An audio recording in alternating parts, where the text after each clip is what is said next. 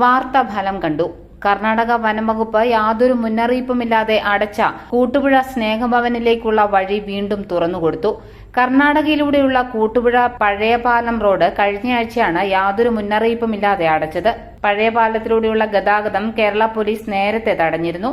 2 വഴികളും അടഞ്ഞതോടെ രോഗികളായ 100ഓളം അന്തേവാസികൾ അടങ്ങുന്ന സ്നേഹഭവനിലേക്ക് സഹായവുമായി എത്തുന്നവർക്ക് പോലും കടന്നു ചെല്ലാൻ കഴിയാത്ത സാഹചര്യമായിരുന്നു. റോഡ് തുറന്നു നൽകിയില്ലെങ്കിൽ ജനകീയ പ്രക്ഷോഭം ഉൾപ്പെടെയുള്ള സമരപരിപാടികൾ ആരംഭിക്കുമെന്ന് പ്രദേശവാസികൾ മുന്നറിയിപ്പ് നൽകിയിരുന്നു. കഴിഞ്ഞ ദിവസം വനം വകുപ്പ് ബാരിക്കേഡ് എടുത്തുമാറ്റി റോഡ് വീണ്ടും തുറന്നുകൊടുത്തിരിക്കുകയാണ്.